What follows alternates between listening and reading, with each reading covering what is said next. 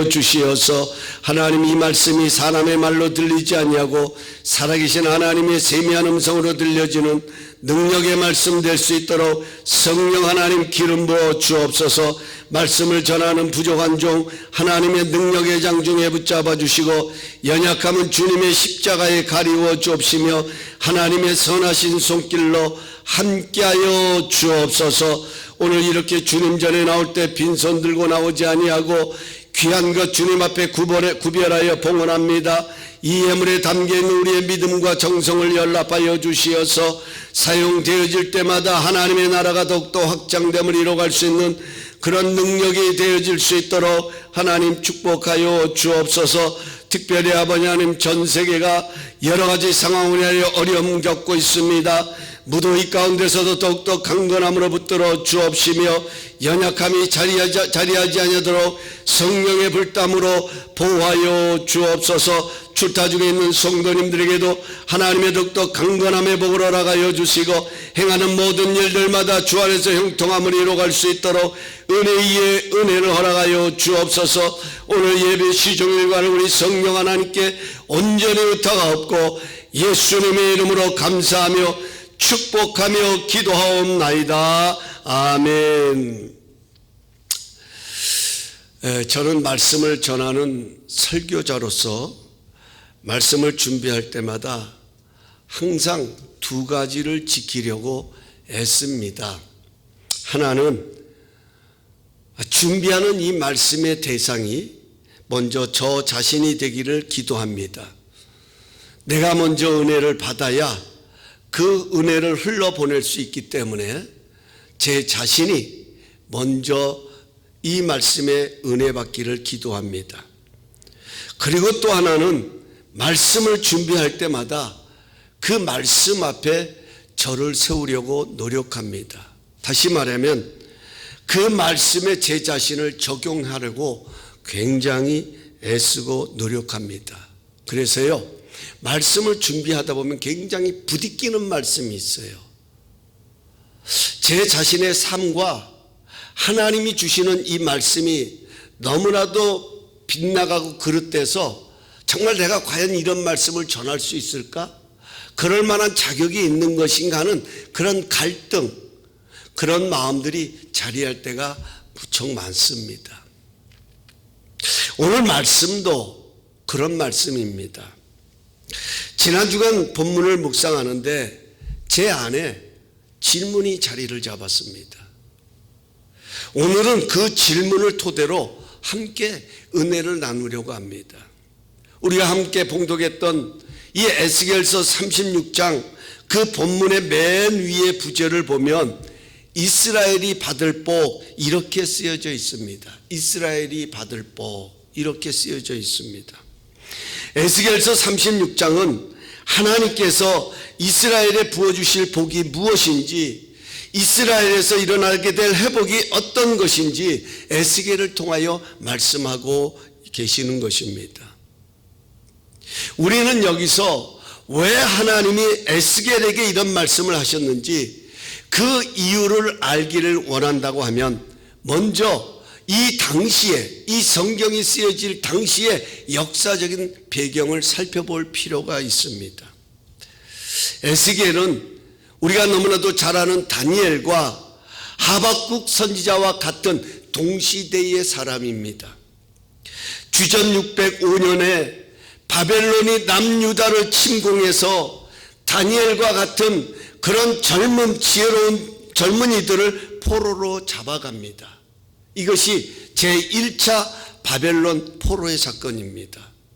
그리고 주전 597년에 바벨론의 2차 침략으로 인하여서 남유다를 다스리던 여호와긴 왕과 에스겔 그리고 많은 정치인이 포로로 잡혀갑니다. 그리고 5년 후에 주전 592년에 에스겔이 30세의 젊은 나이로 선지자로 부름을 받게 됩니다. 하지만 나라는 빼앗겼고 성전은 파괴되었고 성전의 모든 기물마저 바벨론이 가져가 버린 것입니다. 나라가 황폐함에 빠진 상황입니다. 우리 사람은 상황이라는 현실 속에 살아갑니다. 나라가 황폐해지니까 백성들의 삶도, 백성들의 마음도 황폐해집니다. 사람들의 마음에는 하나님에 대한 갈등이 쉽게 생겨나는 것입니다. 하나님께서 택하신 백성이 어떻게 이렇게까지 멸망할 수 있단 말인가? 하나님이 우리를 택하셨다고 했는데 아무리 우리가 잘못해도 그렇지 어떻게 이렇게까지 멸망할 수 있단 말인가? 정말 하나님이 우리와 함께 하시는 것인가? 과연 우리에게 소망이 있긴 있는 것인가? 갈등과 절망의 시간을 보내고 있을 때 하나님의 말씀이 엘리사에게 임한 것입니다. 하나님께서는 엘리사에게 말씀으로 찾아오셔서 왜 하나님이 이스라엘 백성들을 심판하셨는지 그 이유를 들려주십니다. 그리고 어떻게 이 백성을 회복시키고 살려낼 것인지 말씀하시는 내용이 바로 오늘 본문 36장입니다. 우리 모두 표준 세번역으로 이 36장 전체를 한번 봉독했으면 좋겠습니다. 여러분 받으신 주보 별지에 첨부되어 있는데요. 글자가 너무 좀 적어서 읽기는 좀 쉽지 않을 겁니다만은 제가 만들고 나서 생각하니까 이게 아쉽다. 이렇게 뒷면도 있는데 조금 더 크게 할 걸 했는데 우리 천천히 한번 읽기를 원합니다. 이 말씀 봉독하실 때에 여러분 그냥 입으로만 읽지 마시고요. 우리 각자에게 주시는 하나님의 축복의 말씀으로 믿고 마음을 다해 우리가 봉독했으면 좋겠습니다. 온 마음 다해서 우리 1절 말씀부터 한번 우리 천천히 한번 봉독하겠습니다. 천천히 1절부터 시작. 너 사람아 너는 이스라엘의 신들에게 이렇게 예언하여 일러라. 이스라엘의 신들아 너희는 나 주의 말을 들어라. 나 주 하나님이 말한다. 너희의 원수가 너희를 차지할 생각을 하면서 옛적부터 있던 고지대에 이제 자기들의 소유가 되었다고 좋아한다. 너는 이스라엘의 산들에게 이렇게 예언하여 일러라. 나 주 하나님이 이렇게 말한다.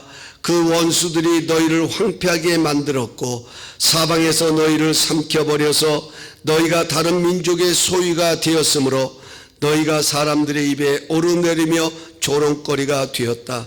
그러므로 너희 이스라엘의 산들아 너희는 나 주 하나님의 말을 들어라.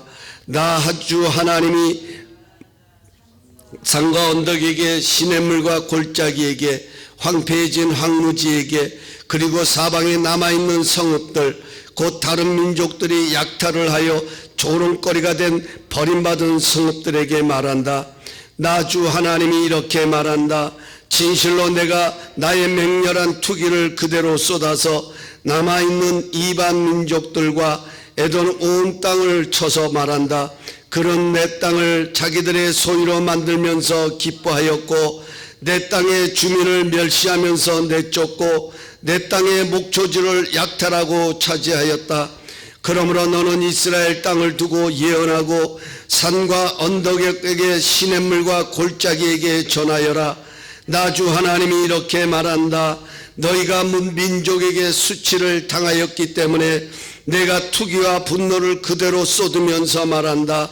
그러므로 나 주 하나님이 이렇게 말한다. 내가 직접 내 손을 들고 맹세하였다. 진실로 너희의 사방에 있는 이방 민족들이 스스로 수치를 당하게 될 것이다. 내 백성 이스라엘이 곧 고국으로 돌아올 터이니 너희 이스라엘의 신들아 너희는 내 백성을 위하여 나뭇가지를 내어 뱉고 열매를 맺어라. 내가 너희의 편을 들겠다. 내가 너희에게로 얼굴을 돌리면 사람들이 너희 산악지대를 갈아서 씨를 뿌릴 것이다. 그리고 내가 너희 이스라엘 족속의 인구가 늘게 하여 성읍들의 사람이 다시 살고 폐허를 다시 건설할 것이다. 내가 너희 산들 위에 사람과 짐승을 많게 하여 그들의 숫자가 많아지고 번창할 것이다. 산들아, 내가 너희를 예전처럼 사람들이 살도록 하고 전보다 더 좋아지게 해주겠다. 그때야 비로소 너희는 내가 주인인 줄 알 것이다. 내가 너희 산들 위의 사람들 곧 내 백성 이스라엘이 다시 다니게 하겠다. 그들이 너희를 차지하고 너희는 그들의 소유가 될 것이다. 너희가 다시는 그들이 자식을 빼앗기지 않게 할 것이다. 나 주 하나님이 이렇게 말한다. 사람들이 너를 두고 사람을 삼키는 땅이요 제 백성에게서 자식을 빼앗은 간 땅이라고 말하지만 내가 다시는 사람을 삼키지 않고 다시는 내 백성에게서 자식을 빼앗아 가지 않을 것이다. 나 주 하나님의 말이다. 내가 다시는 이방 나라들이 너를 비웃지 못하게 하며 문민족이 다시는 너를 조롱하지 못하게 하겠다. 너도 다시는 내 백성을 넘어지게 하지 않을 것이다. 나 주 하나님의 말이다. 주께서 나에게 말씀하셨다. 사람아, 이스라엘 족속이 자기들의 땅에 살 때에 그 행위로 그 땅을 더럽혔다. 내가 보기에 그 소용이 월경 중에 있는 여자의 부정함과 같았다. 그들이 죄 없는 사람들의 피를 흘려 그 땅을 더럽혔으며 온갖 우상을 섬겨 그 땅을 더럽혔으므로 그들에게 내 분노를 쏟아 부었다. 내가 그들을 그 행위대로 심판하여 그들을 여러 나라들 속으로 쫓아보내며 여러 나라에 흩어지게 하였다. 그들은 여러 나라에 흩어져서 가는 곳마다 내 거룩한 이름을 더럽혔다. 그래서 이방 사람들은 그들을 보고 주의 백성이지만 주의 땅에서 쫓겨난 자들이라고 하였다. 나는 이스라엘 족속이 여러 나라에 흩어져서 가는 곳마다 더럽혀 놓았지만 내 거룩한 이름이 더럽혀지는 것을 그대로 둘 수 없다. 그러므로 너는 이스라엘 족속에게 전하여라. 나 주 하나님이 이렇게 말한다. 이스라엘 족속아, 내가 이렇게 하려고 하는 까닭은 너희들을 생각해서가 아니라 너희가 여러 나라에 흩어져서 가는 곳마다 더럽혀 놓은 내 거룩한 이름을 회복시키려고 해서다. 너희가 여러 나라에 흩어져 살면서 내 이름을 더럽혀 놓았으므로 거기에서 더럽혀진 내 큰 이름을 내가 다시 거룩하게 하겠다.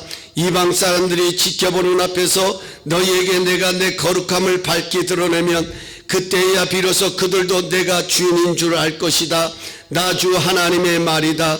내가 너희를 이방 민족들 가운데서 데리고 나오며 그 여러 나라에서 너희를 모아다가 너희의 나라로 데리고 들어가겠다. 그리고 내가 너희에게 맑은 물을 뿌려서 너희를 정결하게 하며 너희의 온갖 더러움과 너희가 우상들을 섬긴 모든 더러움을 깨끗하게 씻어주며 너희에게 새로운 마음을 주고 너희 속에 새로운 영을 넣어주며 너희 몸에서 돌같이 굳은 마음을 없애고 살갗처럼 부드러운 마음을 주며 너희 속에 내 영을 두어 너희가 나의 모든 율례대로 행동하게 하겠다. 그러면 너희가 내 모든 규례를 지키고 실천할 것이다. 그때는 내가 너희 조상에게 준 땅에서 너희가 살아서 너희는 내 백성이 되고 나는 너희의 하나님이 될 것이다. 내가 너희를 그 모든 더러운 곳에서 구원하여 낸 다음에는 곡식의 산출을 풍성하게 하여 다시는 너희에게 흉년이 들지 않게 하며 나무에 과일이 많이 맺히고 밭에서 소출이 많이 나게 하며 너희가 다시는 굶주림 때문에 다른 여러 나라의 조롱을 받지 않게 하겠다. 그때에 너희가 너희의 악한 생활과 좋지 못했던 행실들을 기억하고 너희의 온갖 악과 어려운 일들 때문에 너희 자신을 미워하게 될 것이다. 내가 이렇게 하는 것은 너희 때문이 아니라는 것을 너희가 알아야 한다. 나 주 하나님의 말이다. 이스라엘 족속아, 너희의 행실을 부끄러워하고 수치스러운 줄 알아라. 나 주 하나님이 말한다. 내가 너희에게서 그 모든 죄를 깨끗이 씻어주는 날에는 너희의 성읍에도 사람이 살게 하며 폐허 위에도 집을 짓게 하겠다. 이전에는 지나가는 사람들이 황폐한 땅을 보며 지나다녔으나 이제는 그곳이 묶여 있지 않고 오히려 잘 경작된 밭이 될 것이다. 그래서 사람들이 말하기를 황폐하던 바로 그 땅이 이제는 에덴 동산처럼 되었고 무너져서 폐허와 황무지가 되었던 성읍바다 성벽이 쌓여 올라가서 사람 사는 땅이 되었다고 할 것이다. 그때야 비로소 너희의 사면에 남아있는 여러 나라들이 바로 나 주가 무너진 것을 다시 세우며 황폐한 땅에 다시 나무를 심는 줄을 깨달아야 할 것이다. 나 주가 말하였으니 내가 이룰 것이다. 주 여호와께서 이같이 말씀하셨느니라. 그래도 이스라엘 족속이 이같이 자기들에게 이루어 주기를 내게 구하여야 할지라. 내가 그들의 수요를 양떼같이 많아지게 하되 제사 드릴 때 양떼 곧 예루살렘이 정한 절기에 양무리같이 황폐한 성읍을 사람의 때로 채우리라.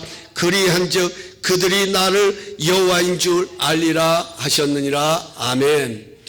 여기 가서 보면 중요한 말씀이 그들이 나를 여호와인 줄 알리라. 이 부분이 가장 이 36장의 가장 중요한 핵심입니다. 이걸 염두에 두시고 오늘 말씀을 우리가 함께 볼 수 있기를 원합니다. 여러분, 우리가 긴 시간 읽었지만 얼마나 참 은혜로운 그런 언약의 말씀입니까? 하나님은 지금 회복을 약속하셨습니다. 악인들은 하나님의 백성들이 무너지고 넘어지는 것을 보며 이제 우리의 세상이 되었다 이렇게 좋아했다는 거예요. 여러분, 그렇지 않습니까? 지금의 현실 상황도 그렇습니다. 교회가 무너지고 성도님들이 무너지고 그리스도의 삶들이 황폐해지면 황폐해질수록 세상은 더 많은 죄악으로 관영하는 것을 봐요. 죄로 말미암아 망가진 하나님의 거룩한 성을 하나님은 다시 회복하시겠다고 에스겔을 통해서 선포하십니다. 그냥 계시겠다는 것이 아니라 반드시 회복하겠다 선포하고 있습니다. 여러분, 여기서 먼저 우리가 한번 생각해 볼 것은 하나님의 거룩함이 회복된다고 하는 것. 여러분, 이것이 얼마나 큰 축복인지 아십니까? 하나님의 거룩함이 회복된다고 하는 것. 왜냐하면요, 사실 이스라엘 백성들은 하나님의 선택을 받은 백성이에요. 그러니까 이스라엘 백성들의 정체성이 뭐냐면 우리는 하나님의 백성이다. 나는 빛의 자녀이다. 나는 빛 가운데로 부르심을 받은 존재다. 이게 정체성이에요. 이게 가장 중요한 거예요. 여러분, 사람이 살아가면서 이 아이덴티티가 얼마나 중요합니까?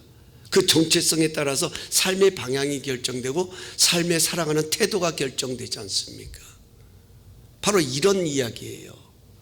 이것이 바로 이스라엘 백성들이 하나님께 선택받은 그들의 정체성입니다. 이렇게 하나님의 빛 가운데 행해야 할 하나님의 자녀들이 어둠을 사랑하면서 하나님의 빛을 잃어버린 거예요. 하나님의 빛을 찾아볼 수가 없는 겁니다.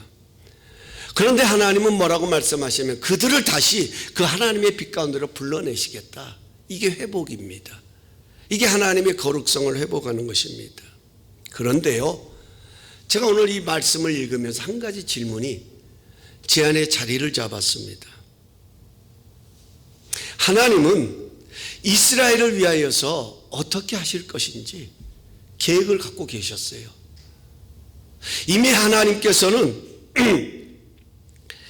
마른 뼈와 같은 이 이스라엘 백성들을 어떻게 살려내셔서 큰 군대를 이룰 것인지 하나님의 마음속에, 하나님의 생각 속에는 다 플랜이 서 계셨어요.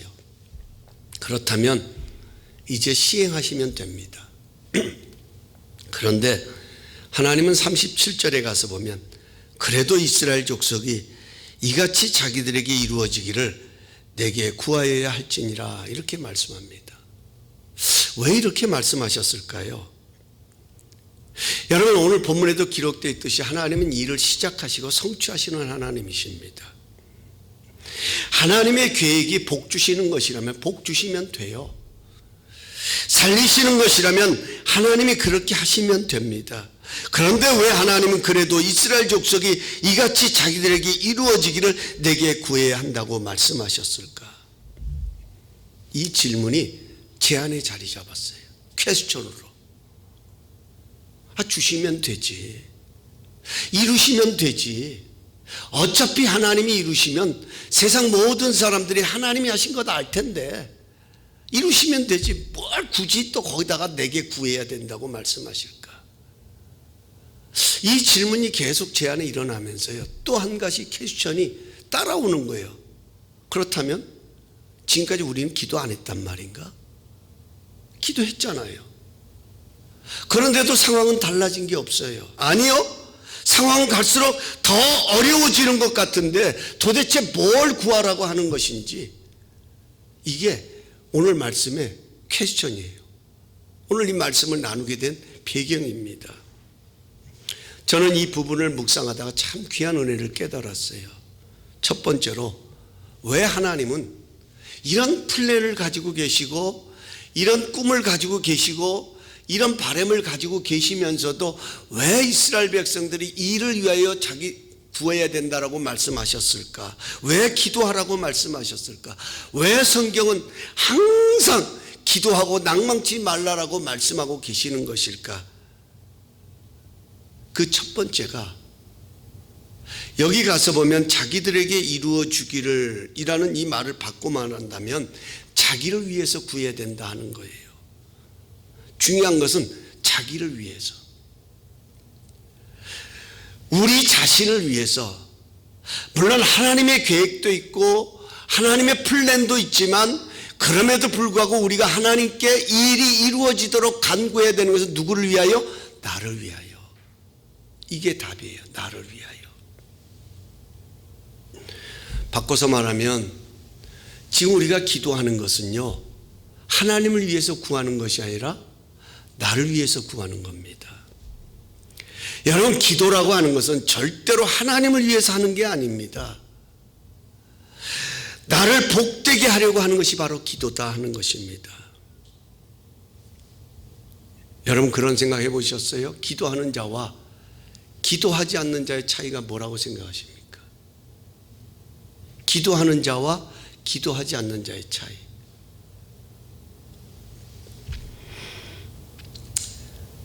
여러분, 기도하는 자는요, 이 복이 어디서부터 오는지를 분명히 알게 됩니다.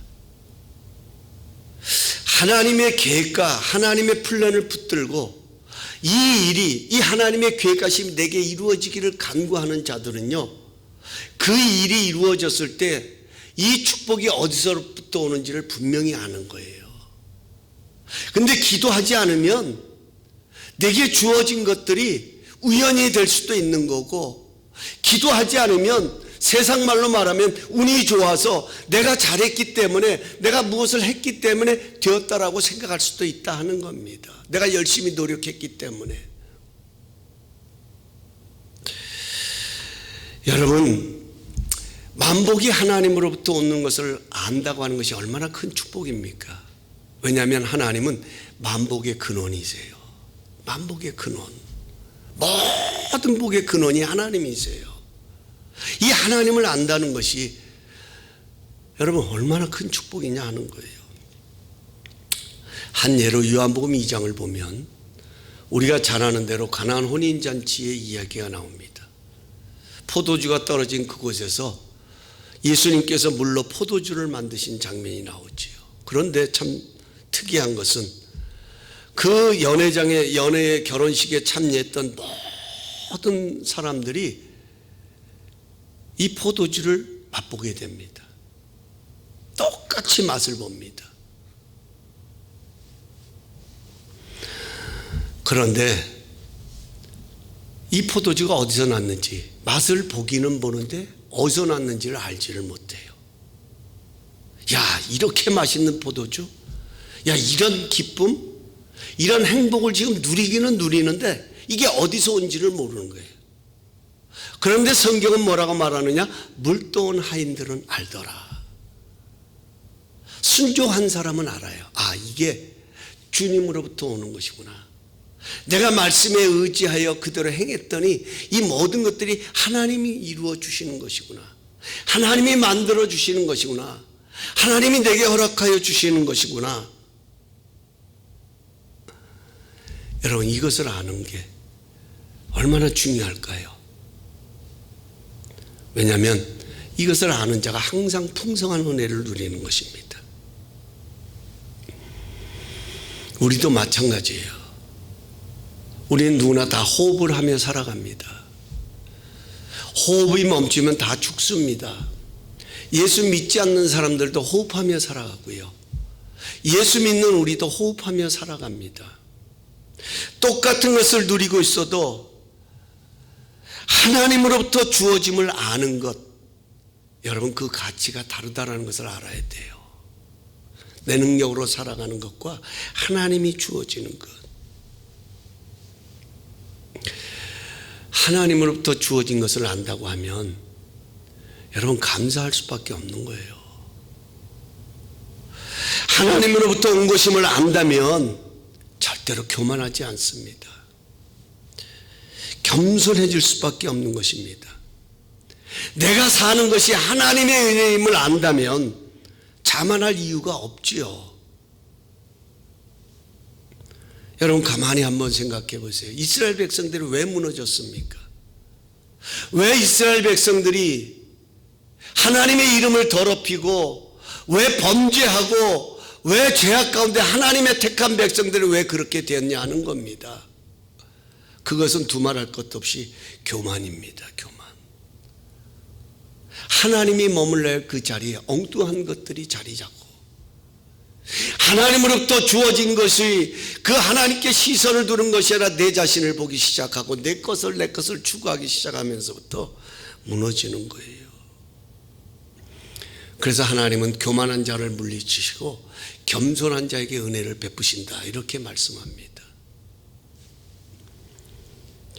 우리는 하나님의 축복을 바라는 만큼 반드시 구해야 합니다.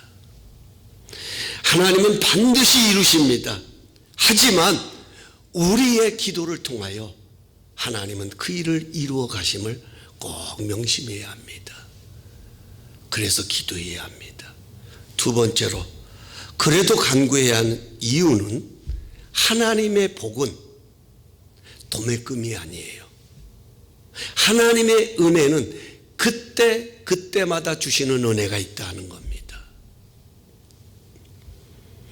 우리 하나님은 때를 따라 도우시는 분이십니다. 그래서 하나님은 우리에게 상황을 허락하십니다. 그 상황이 좋은 상황일 수도 있고 안 좋은 상황일 수도 있습니다. 그럼에도 불구하고 우리는 분명한 것은 이 모든 상황이 하나님으로부터 주어졌음을 믿는다면 이 상황을 통해 주실 하나님의 은혜도 있음을 믿어야 합니다. 이게 믿음인 거예요. 이게 믿음인 겁니다. 우리가 전도서에 가서 보면 형통한 날에는 기뻐하고 곤고한 날에는 생각하라 이런 말씀이 있죠. 바꿔서 말하면 형통함도 하나님이 주시는 것이고 곤고함도 하나님이 주시는 것입니다. 왜 하나님께서 형통한 날을 날마다 형통한 날만 주시면 좋은데 곤고한 날을 주실까요? 바꿔서 말하면 간단하게 말씀드리면 그때마다 주시는 은혜가 있기 때문에 그렇다는 것입니다. 그때마다 주시는 은혜가 있기 때문에. 여러분 왜 우리가 자녀들 위해 기도해야 된다고 생각하세요?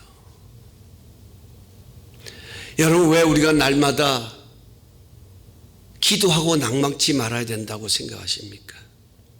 그것은 그때 주시는 복이 있기 때문에 그렇습니다. 우리는 우리를 향하신 하나님의 선하심과 축복하심을 믿습니다. 그런데도 하나님께서 이루어 주시길 구해야 하는 이유는 때를 따라 주시는 은혜가 있기 때문입니다. 마치 시냇가에 심겨진 나무가 시절을 쫓아 과실을 맺는 것처럼 때를 따라서 과실을 맺는 것처럼 하나님은 우리 인생에 때를 따라 주시는 복이 있기 때문에 그렇다는 거예요. 10대에 주시는 복이 있고요, 20대에 주시는 복이 있고요, 30대에 주시는 복이 있고요, 40대에 주시는 복이 있고요, 50대에 주시는 복이 있고요, 60대에 주시는 복이 있고요, 70대에 주시는 복이 있고 80대에 주시는 복이 있고 그때마다 하나님이 주시는 복이 있다는 거예요. 그래서 우리는 항상 일평생 하나님 앞에 기도하며 살아가야 된다는 거예요. 마지막 세 번째로 기도하고 있는데 달라진 것이 없습니다. 오히려 더 힘들어집니다. 그런데도 낭망치 말고 기도하라고 말씀하시는 이유가 무엇일까 하는 것입니다. 저는 이 부분을 참 많이 묵상했어요. 다른 부분보다도 이 부분을 참 많이 묵상했어요.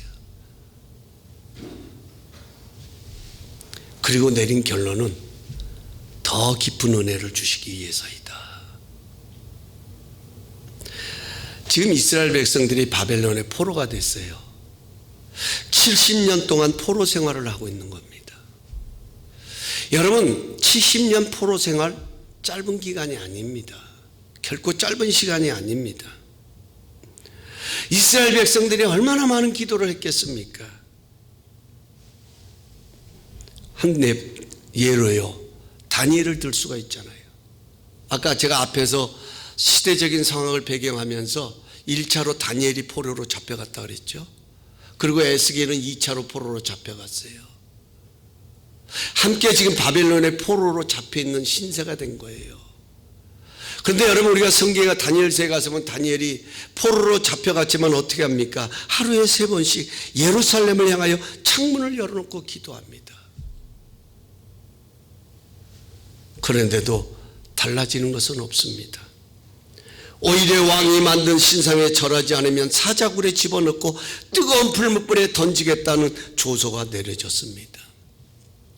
상황이 더 악화된 것입니다. 여러분, 이 정도 되면 어떤 생각이 들어요? 기도가 무의미한 것처럼 느껴집니다. 그렇지 않겠습니까? 그런데도 다니엘은 하루에 3번씩 예전에 행하던 대로 예루살렘을 향하여 창문을 열고 하나님께 기도했습니다. 여러분, 그 축복이 뭔지 아세요? 그 결과가 뭐냐면 이런 기도 자리가 있었기에 이런 상황 가운데서도 다니엘은 더 강해졌다 하는 겁니다. 다니엘은 더 강해졌다. 다시 말하면 이 기도의 자리가 있었기에 하나님께서는 이미 그 인생을 향한 계획을 갖고 계신 하나님께서는 이 다니엘의 기도의 자리를 통하여 다니엘과 함께하고 계셨어요. 기도가 무의미한 것처럼 느껴지는 그 상황 속에서도 하나님은 다니엘과 함께 하셨어요. 사자굴 속에 던짐을 받은 그곳에서도 하나님은 함께 하셔서 다니엘을 보호하시고 지키시고 그를 더욱더 강한 자로 세우셨어요. 사드락과 메삭과 아벳느고 뜨거운 불물불에 던져진 그곳에서도 주님께서는 머리털 하나 상하지 않도록 그들을 지키시고 보호하시면서 더욱더 그들을 강한 자로 세워가셨어요. 자, 여기서 우리가 한번 생각해 보십시다. 우리가 하나님의 큰 일을 이루려고 하면 가장 중요한 것이 그만한 그릇이 되어야 되지 않겠습니까? 우리가 하나님께 주시는 많은 물질의 복을 받아 누리려고 하기를 원한다면 그 받은 물질을 가지고 하나님의 영광을 위하여 사용할 수 있는 그런 그릇이 되어진다고 하는 것 얼마나 중요하겠어요. 그래서 그런 말이 있잖아요. 은혜보다 중요한 것은 그릇이다. 그릇은 요만한데 은혜는 산더미같이 받으면 그 은혜 아무런 소용없어요. 오히려 교만해져요. 자만에 빠져요. 하나님은요, 토기장이세요. 농로 위에 진흙을 이겨서 그릇을 만드는 토기장이처럼 하나님은 지금도 하나님이 원하시는 그릇을 만들기 위해서 우리를 빚어가고 계신다 하는 거예요. 하나님의 이런 은혜를 경험한 다니엘과 사드락과 메삭과 아벳느고 그 인생이 어떻겠습니까? 뭐가 두렵겠습니까? 더 강해질 수밖에 없죠. 하나님을 경험했는데 가장 절망의 자리에서 가장 깊은 하나님의 은혜, 누구도 알지 못하는 신비스러운 하나님만이 보여주셔야만이 알 수 있는 그 하늘나라의 비밀을 보았는데 뭐가 두렵겠냐는 거예요.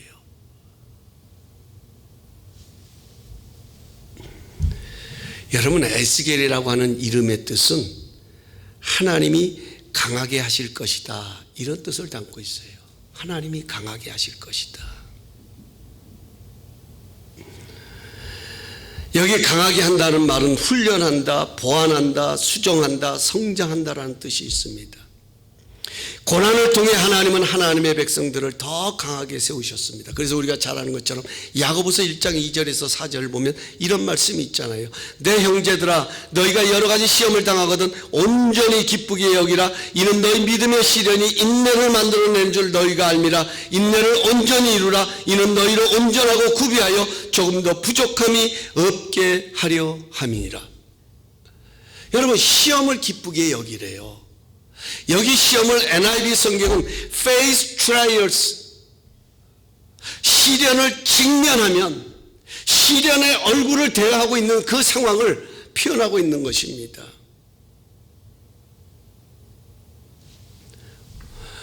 왜냐하면 성장을 위한 믿음의 시련을 직면할 때가 있다는 것입니다. 하나님은 이 믿음의 시련을 통하여서 온전한 부족함이 없는 자로 세우신다 그러잖아요. 그래서 야고보서는 너희 중에 누구든지 지혜가 부족하다건 모든 사람에게 후히 주시고 꾸짖지 아니하시는 하나님께 구하라. 중요한 것은 하나님께 구하라. 간구하라는 거예요. 그렇습니다. 우리는요, 하나님이 하시는 일을 다 이해할 수 없습니다. 하나님이 왜 이렇게 하시는지 정말 도무지 알 수가 없어요. 지혜가 부족한 거예요. 한 예로 여러분, 아브라함에게 자식을 주겠다고 하나님 약속하셨잖아요. 얼마나 흥분이 됐겠습니까? 야, 내게도 자식이 생긴다고 하는 것 얼마나 기대가 됐겠어요. 근데 몇 년을 기다리죠? 25년 속을 벌벌 끓게 만듭니다. 25년. 이해가 되지 않습니다. 정말 지혜가 부족합니다. 아니, 지혜가 필요합니다. 그래서 더 기도해야 합니다. 그래서 더 간구해야 합니다. 그 기도를 통해 하나님을 더 깊이 알아가고 경험할 때 우리는 강한 자로, 조금도 부족함이 없는 온전한 자로 세워지는 거예요. 많은 것을 가져서 온전한 자가 아니라, 많은 것을 소유해서 능력 있는 자가 아니라, 하나님이 후히 주시는 은혜를 경험하면서 영적 근육이 더 단단해진다 하는 것입니다.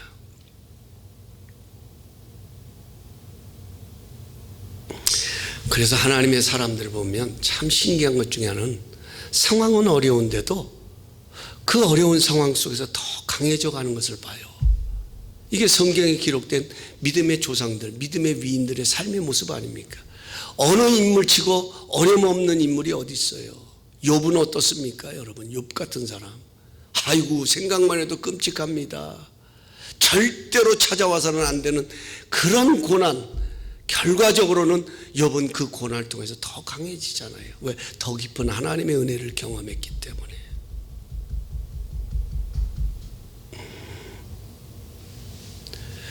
저는 지금 이 은혜를 누리고 있다고 믿습니다. 제 자신도. 신앙생활의 가장 힘든 시간은요, 기다림의 시간이에요. 기다림의 시간. 이건 해본 사람만 알아요. 기도해본 사람만. 기다림의 시간. 정말 그 기다림이 때로는 무의미한 것 같고, 그 기다림의 시간 속에 하는 기도가 무슨 가치가 있고 무슨 능력이 있고 무슨 힘이 있을까, 이런 생각을 갖기도 하지만, 한 가지 분명한 것은